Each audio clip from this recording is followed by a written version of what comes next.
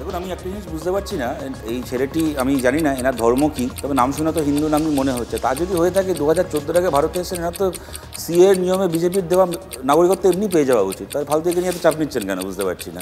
BJP তো নিয়ম করেছে যেরকম যারাই 2014 আগে এসেছেন তারা নাগরিকত্ব পেয়ে যাবেন। এই গেল একদম।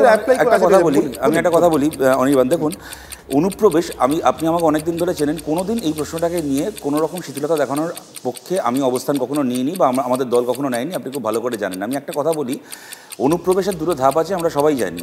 প্রথম, বিএসএফকে ফাঁকি দিয়ে বর্ডার টপকে ঢোকা। দ্বিতীয়, চলে আসার পরে পঞ্চায়েত পুরসভা কি বিভিন্ন এজেন্সি মানে এই ধরনের ইয়েকে কাজে লাগিয়ে ডকুমেন্ট বানিয়ে নেওয়া। আটকাতে হলে দুটোকেই আটকাতে হবে, কোথায় শিথিলতা হচ্ছে দেখতে হবে। যদি কেউ বলে যে আমি বিএসএফের ব্যর্থতা নিয়ে আলোচনা করব না, খালি পঞ্চায়েত পুরসভা কোথায় ডকুমেন্ট বানিয়ে দিচ্ছে তাই নিয়ে আলোচনা করব, তার মানে সে দলের কথা বলছে, দেশের কথা বলছে না।